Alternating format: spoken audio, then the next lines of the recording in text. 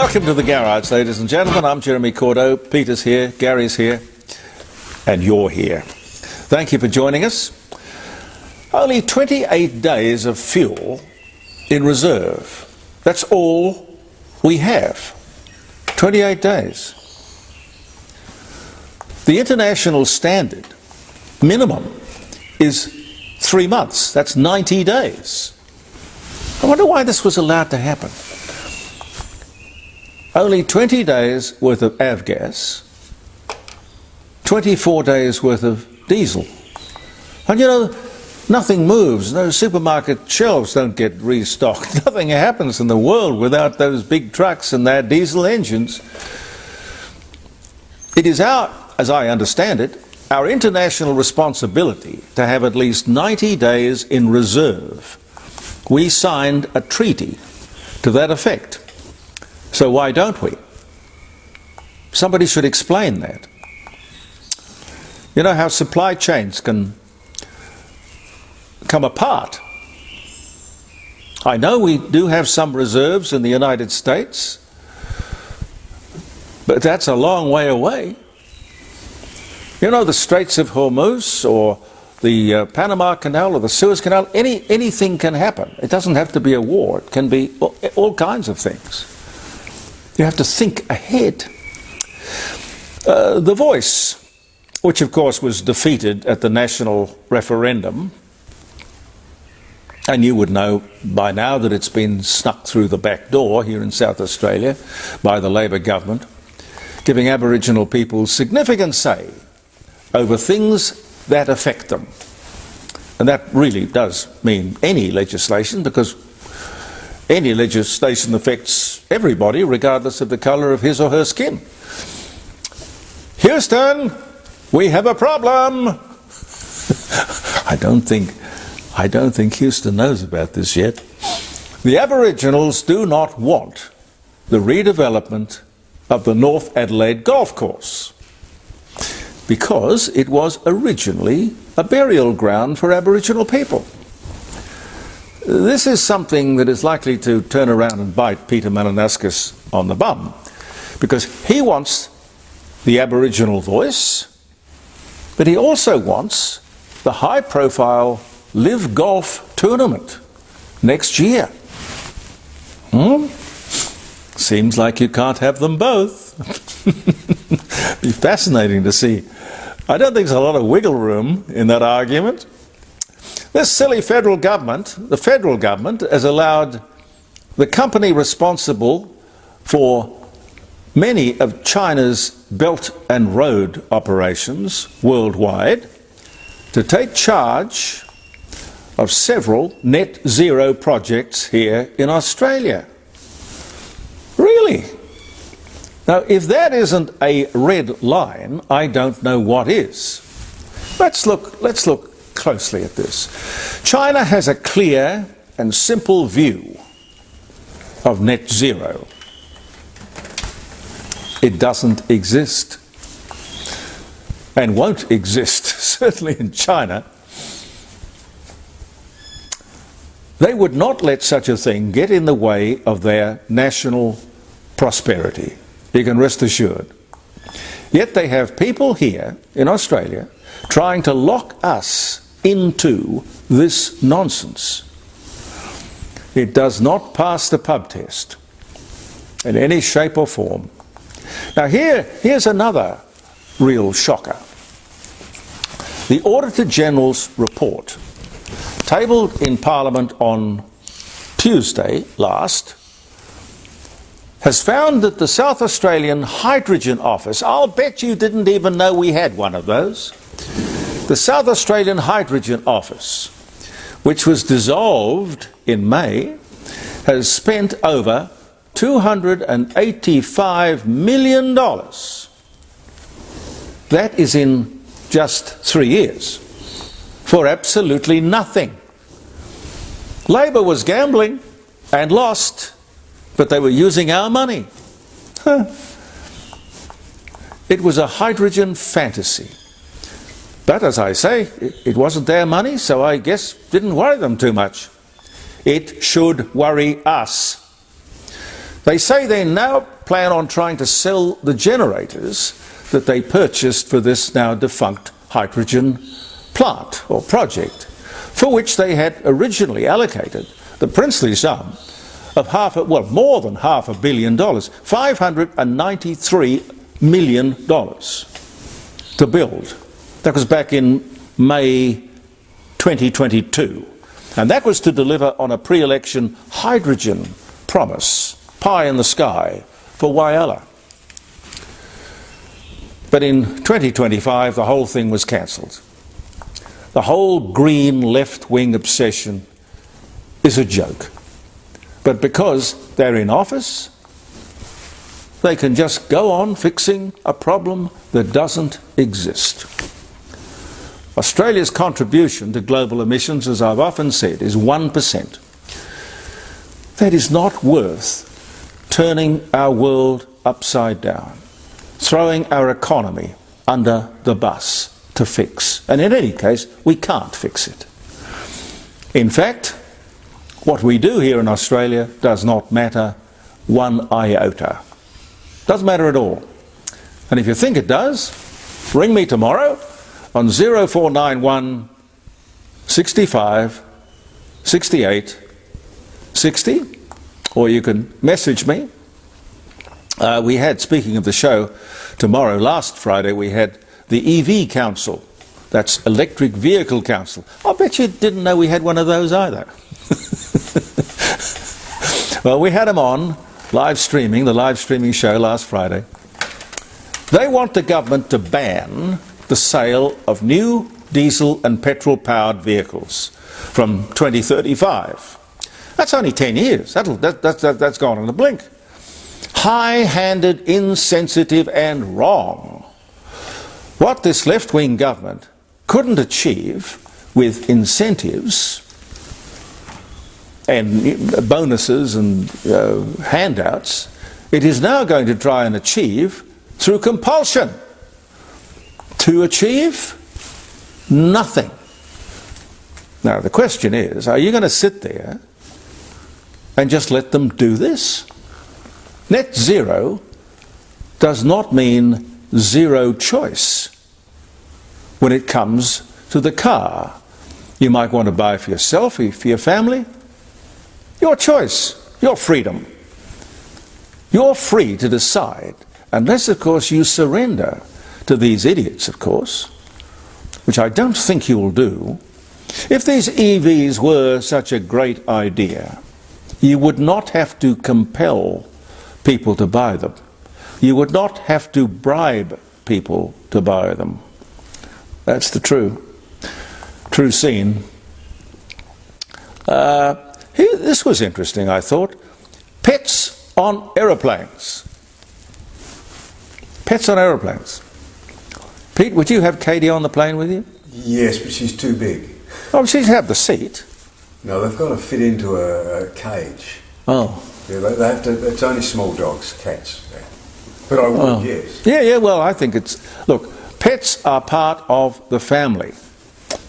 0491 65 68 60.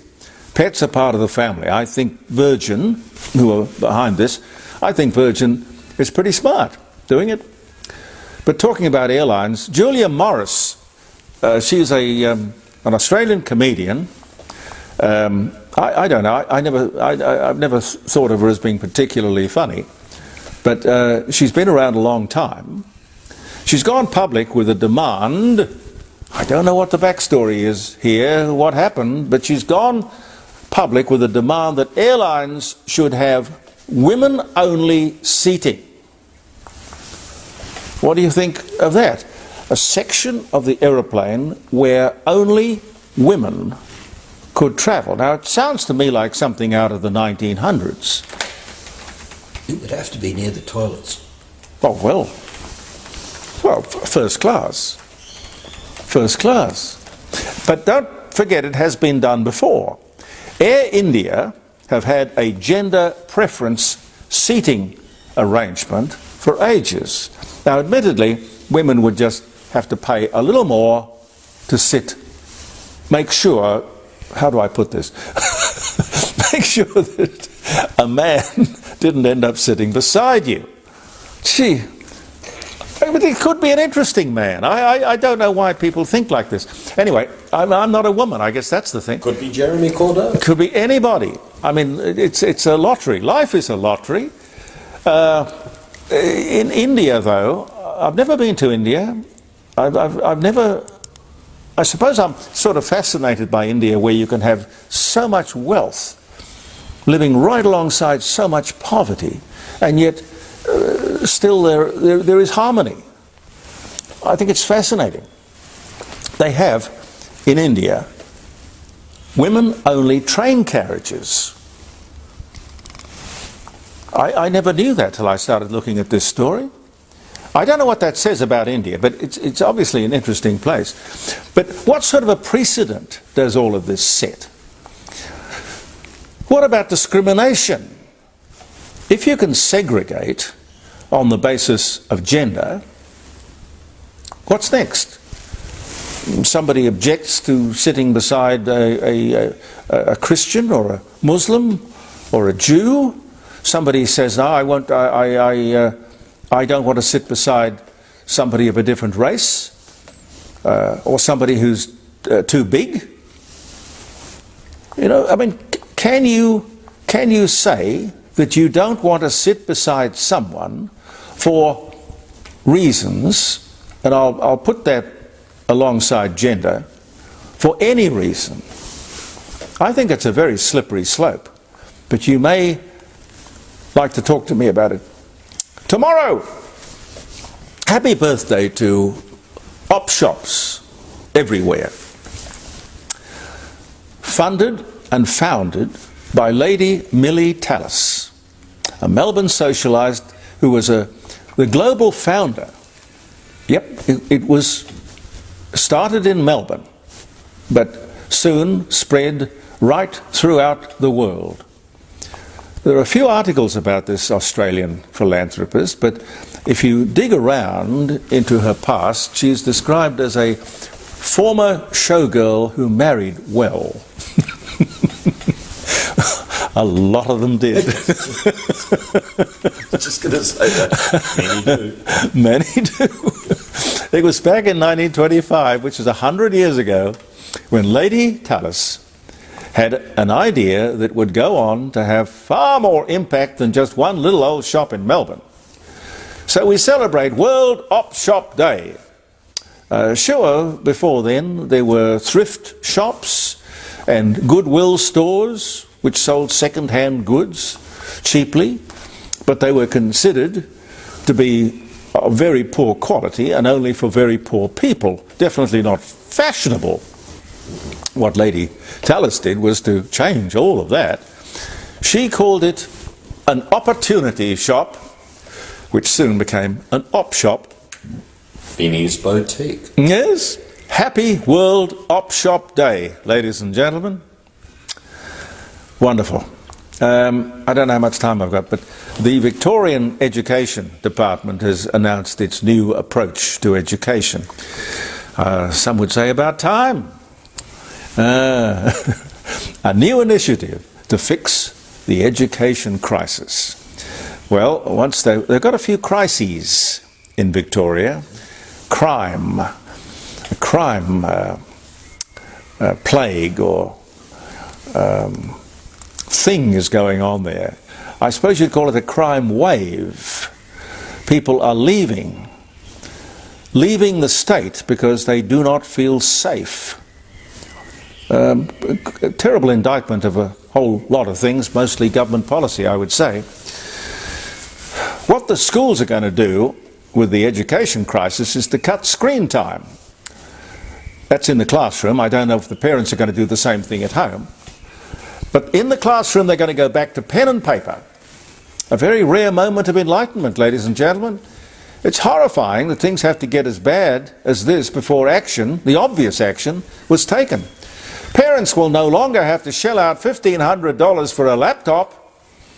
For years it's been obvious that there was something terribly wrong, fundamentally wrong with education. The modern classroom approach, I mean, staring them in the face. Why are we forever throwing the baby out with the bathwater? I'm sure the kids will keep their screens. They just have to keep some perspective along with it. We're here for the Rising Sun, ladies and gentlemen. They're our wonderful sponsors at 60 Bridge Street at Kensington, 8333-0721. Grant and Jackie, your host and hostess. They will take good care of you at the Rising Sun, regularly chosen as the best pub or inn in South Australia.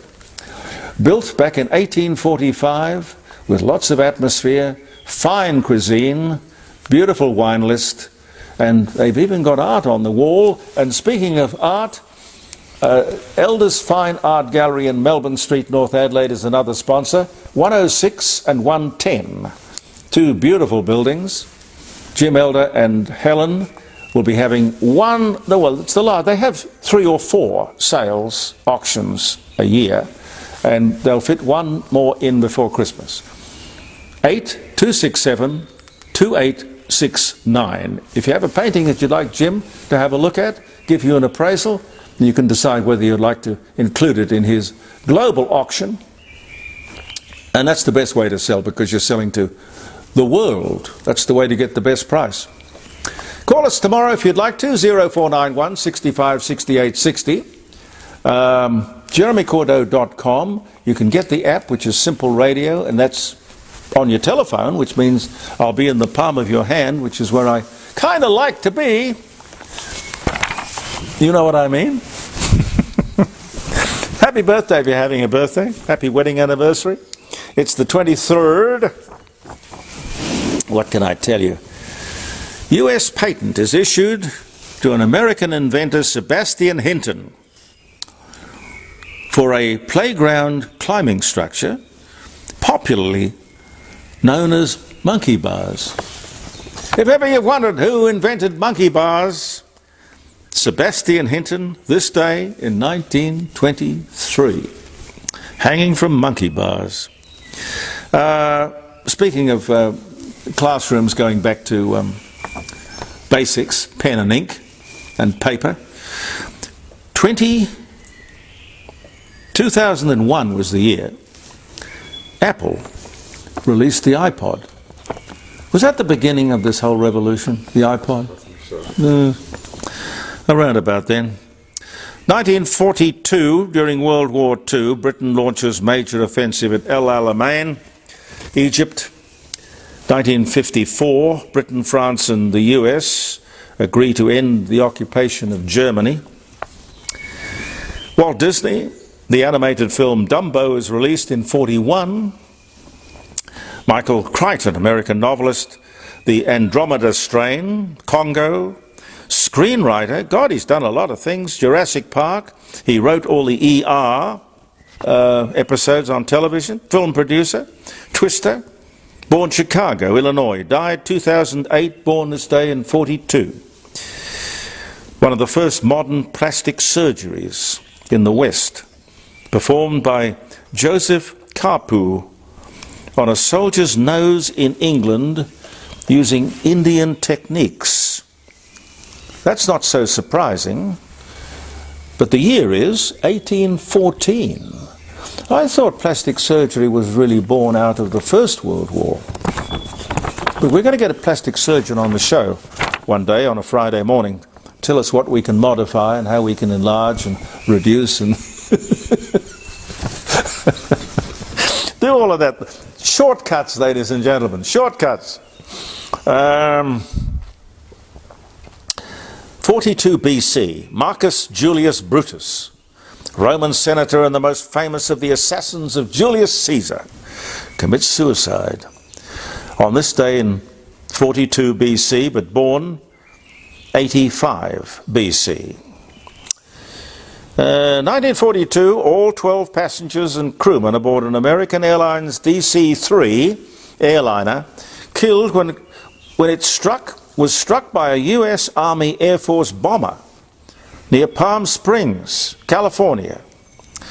Amongst the victims is composer Ralph Ranger, who wrote the Bob Hope theme. You know that theme called Thanks for the Memory? Very famous. 1942, you never know when your number is up. freak accident.